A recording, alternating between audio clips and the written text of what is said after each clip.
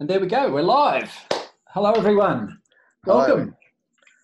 Welcome. December 2019 is coming to an end. I'm Neil McDonald from Fairway Financial Advice, and thank you for joining on this webinar or podcast, wherever you're listening in from. Lovely, warm and sunny in Brisbane. In fact, I think there's record temperatures today, so stay safe. And today I'm really excited. For the last 10 years, I've been working with a group called Mind Matters, Catherine and Rex. And that's been brought on 10 years ago. I went through some fairly significant changes in my life. And I've been brave enough, I guess, to look into how these happen, how I respond to them, and what I can do to shape my future, personally as well as financially. So at Fairway Financial Advice, we are financial advisors. And today we're going to explore the combination that I've been tapping into with Rex and Catherine around mindset, and then also around the concepts of money. So bringing the two together. And I'm really excited to be introducing right now a good mate of mine now, Rex Urwin from Mind Matters. Hello, Rex, on the Sunshine Coast. Hey, Neil. Hi, dude. Hi, how are you? It's a good spot you've got there. How's the city? It is a good spot. I feel very blessed right now. Looking good too. I like that hat. I should wear that hat. Thank you. You like my hat? Yeah, I do like your hat. Well, next time you're up here where a part of you belongs, you're very welcome to share it. But I think I'll just buy you one. Ooh, okay. You've got that sort of money mindset, do you? You like to give? Yeah, well, you know, like if you, look after a mate. It seems to flow that way. Flow, that's nice. That's nice. Now, in terms of describing your work over the years, I've said, I don't know what he does, but now I've heard a phrase, a mind architect. And I think that that's quite a good one, because obviously we're working on people's thought processes and subconscious and how things turn up for them. And then I like the idea of the architect because it's, you've never actually given me an answer, I've noticed. You ask the good questions that allow me to design the house or the life that I want. And that's sort of the architect side of things. How do you describe what you do? I guess the intention is the answer. What we do is knowing or understanding the way the human mind works most effectively is help people get that mechanism believing and thinking in a way that allows them to step into their full potential. Nice. And I've seen it happen. Yeah. It's a wonderful thing. And it's a privilege. Yeah, well, you guys are great. Thank you for everything you've done in my world. Thank you. Oh, you're most welcome. It's been lots of fun. It has. Hey, I'm going to jump straight in. I get a mate out of it. How's that for him? Yeah. Okay, go. Now I'm going to jump straight in for our viewers and get to the point of money mindset, which is the topic we're talking about and exploring today. And I've heard the phrase, people have a relationship with money. And whether it's a good one or a bad one, how does that impact? What does that mean when you hear the phrase relationship with money? Money is an incredibly integral part of our world. It exists in most interactions. So it's significantly a part of us. So having a relationship with money is like having a relationship with anybody. It needs to be loved. It needs to be taken care of. It needs to be listened to. And it needs to be involved in negotiating the most powerful and effective outcome for its journey with us, to assist us and it to have a sustainable relationship. It needs to be long lasting. A lot of people have relationships with money which is short term. It's either very much in the now or it's sort of just to keep us going for the next few weeks.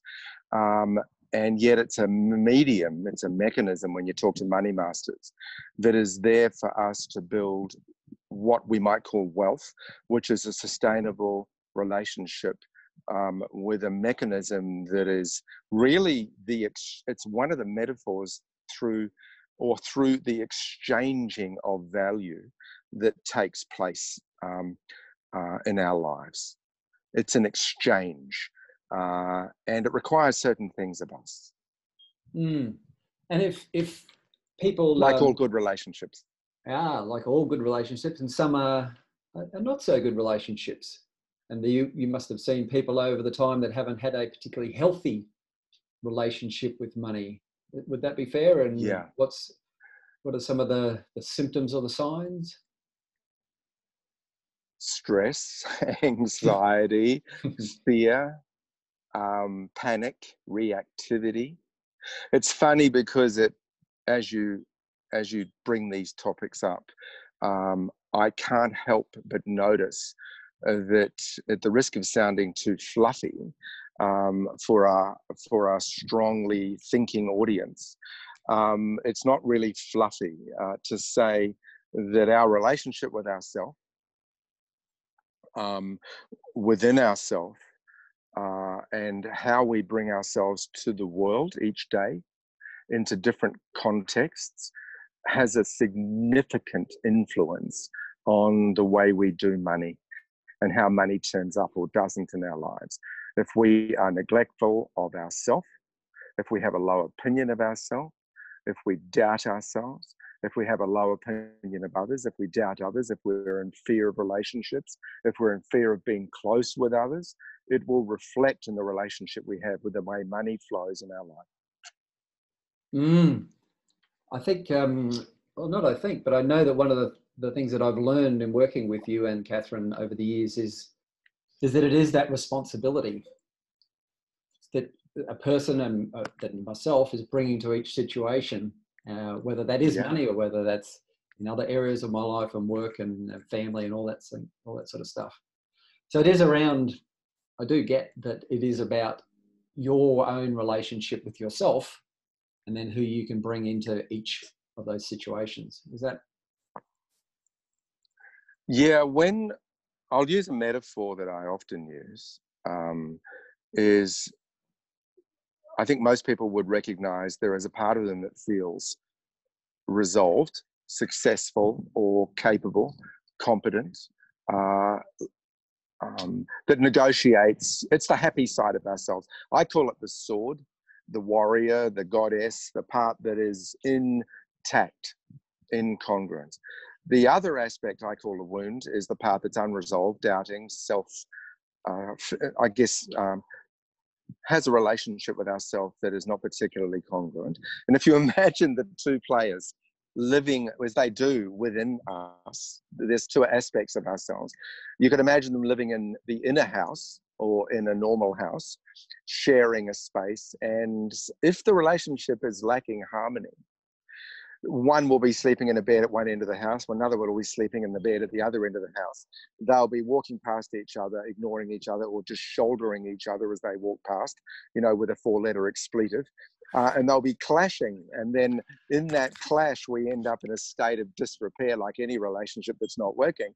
And then we bring that to the world every day. And part of that interaction brings conflict to where we try to do business. When we're in harmony and those two aspects are in agreement, which is our biggest work, is to assist those relationships to work, to negotiate them to agreement and harmony. Then they come to the world each day, especially in the realm of business, like this conversation, with a sense of connectedness and stillness and resolvement, and they proactively do their bidding. Tends to create collaboration, harmony, good relationships with other people. And when you look at the business world and where money flows, you'll find it requires good relationships with other people, financial planners, bankers, business people, professionals. They might have skill technically, which is wonderful, but if they can't have a harmonious relationship, then it's going to be very difficult to build a business world and friendship and connection as leaders. Yeah, nothing is in isolation, is it? Everything has an impact. No. And yeah, so Yeah. that's the challenge. It being is, and you do relationships very well, Neil, and with great respect. You take a look at what you create and how it works, and it's clearly obvious that your relationship wealth is strong, and then it will harmonize with the way you do money. Very, very good. Thank you. Um, You're welcome. in the financial services world, I remember hearing somebody say that a good question to ask when you're sitting down with new clients and you're just sort of really trying to get an understanding of them is to ask them, what did they learn about money from their parents? Maybe even particularly their father. Yeah. And I guess the idea with that is to understand their history or how they may have seen money when they were younger and forming their own opinions, making decisions. But is it fair to say that that's the reason for that being a relevant question, perhaps, is that people then start to play these out over the years in the future and perhaps not bring healthy things or not so healthy thoughts? Yeah. Excellent. Dear old dad, isn't it? And if you look at Napoleon Hill's work and all the old masters of wisdom around success, they, back in those days, which was early last century, talk about a thing called autosuggestion. Today's talked about the way our brain habituates, which is the same thing.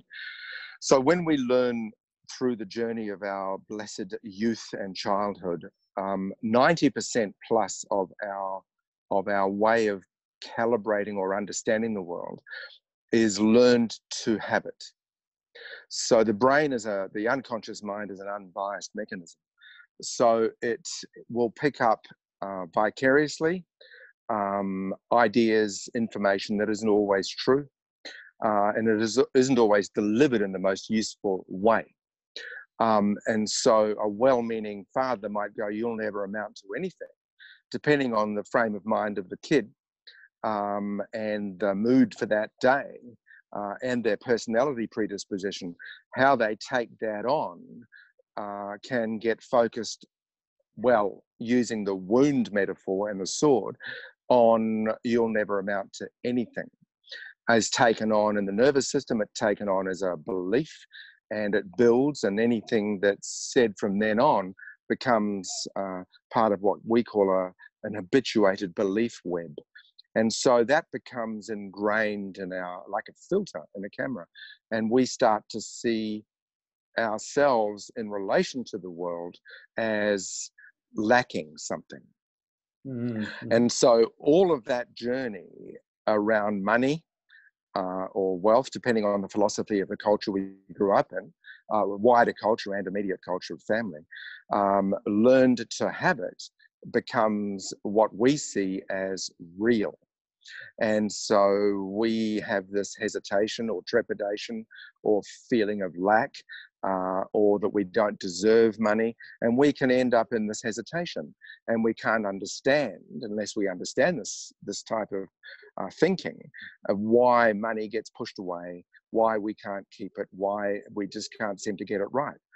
And so when you look at the history, and if we, through our skills or our world, looking at pop psychology or behavioral sciences, neuroscience, we'll start to see, when we talk to people, the structure of their thinking through the way they answer questions, the way they engage around it. And it'll be picked up very quickly, and you'll see they're not even aware of what they're saying. They're just saying, money's hard, money's difficult, it's never quite landed for me.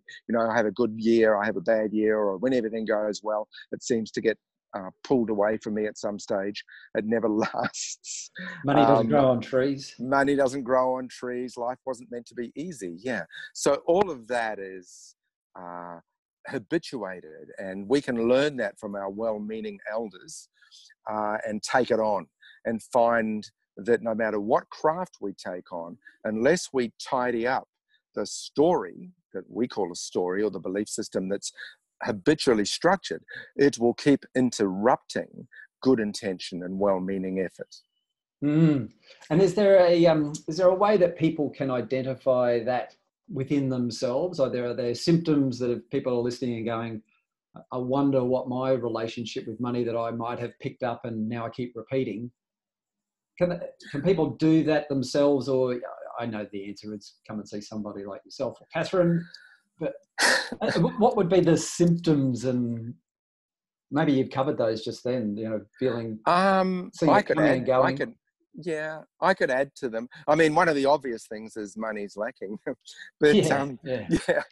yes, it's very important to have mentors like financial planners and insurance people are all mentors to walk beside us and help us think outside our drama, or think outside our skill base, or think outside our emotions, to help us see clearly. But one of the ways to notice is there's two really. One is the feeling, the emotion.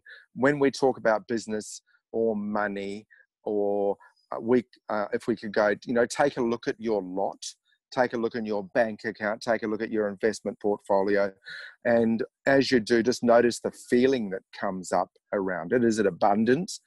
Is it a feeling of well-being, or is it a little scary and I just want to go and have another beer? Or interrupt the conversation by going shopping on a Saturday with everybody else at the supermarkets or the shopping malls. The other side of it is, and this is a bit more subtle and it can require mentoring to understand languaging. But if you really notice, there's a thing called away from or toward languaging. So if somebody's thinking about money and say, what's money mean to me? Or you could ask somebody, how's money? Or how's business? You'll listen to the answer can be stated either, it's awesome, we're creating the world we want. It's flowing, I'm really excited, I'm confident. Which you go, well, that's what's called toward languaging. Which is what we listen to very subtly at a very sophisticated level. We'll listen to the way someone languages the answer, will tell us whether they're toward or away from. The away from answer would be, it's really tough, well, it's been a hard year, things are tough, money, it's a good day, bad day, it's a bit stressful, can't find good people, difficult to find the right players, staff are always a problem, those millennials, and you end up in your list and you go, here's the story. So what people can do is listen to the story of the way they frame their world around money and abundance. They can also write it down and read the story, or get someone who's a bit more skillful at this to read it and pick up on the away from languaging. Other than that, like money, and I know you said I know the answer because you do. Some of us are skilled in different areas, and if I'm going to get my insurance right, I'm going to go to someone like you and say, Maka, what do I need to understand? If I need financial planning, I'm going to go to Glenn. I'm going to go to somebody who understands the financial planning world to say, listen, it's more than just putting savings aside. Yeah. There's some structures that need to go into place, and savings good. So I guess it's a bit similar. It is a complex thing, the brain. And when you understand its brilliance and its ability to serve us and to support us, then it's worth getting people to help you train the mental fitness or mental architecture to get it to be fit in the right way so it can run the right mountain to get you the result in a way that is least injurious. It's worth it. It is so worth it. That's so good, Rex. I love listening to you. I love being in your company and your support. This Thanks, is something that I could, that I do. I was going to say, I could listen to all day, but I do want to delve into this a lot further. Yes. I know that we promised sort of 15 or 20 minutes, so we might, we've scratched the surface really. And if it's okay with you, we might, if there's some interest from the audience, we might do a bit of a deeper dive perhaps early next year. There's a couple of things that came that'd be up wonderful. there. Thank you. A couple of things that came up there just as you're talking that earlier this year I went down to Sydney and did a Kerwin Ray There's a speaker of some note. And he talked about money, yes, and there were three, he said three things that money loves are structure, which is what you just said, order, which is priority that you're giving it in your hierarchy of life, and your wealth, how important that economic part is in your wealth, and also appreciation. And you said that right at the beginning. You appreciate respecting money. Yeah, I'd really love to sort of delve like it's a best friend. Yeah. It's yeah. I've got this good idea that I'll show you next time. Okay. There's a really cool example I've seen around that, but I won't carry on now. I just want to say a huge thank you for your insights this morning. I hope people have got just an insight into what money mindset is, how they can look at themselves, how important it is to have a healthy money mindset if money is one of your important things. We do use it as an exchange day to day. It's a big part of why people just come to see financial planners, but we know that it's more the person behind the money that's more important. And that's sort of a role that we take very seriously. Yes. So thank you, Rex. Thank you, audience.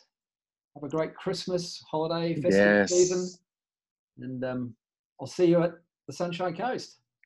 Be safe, Macca. Thank you. I feel very blessed. Much appreciated. That was great. Thank you, Rex. See you, dude. Bye. Bye.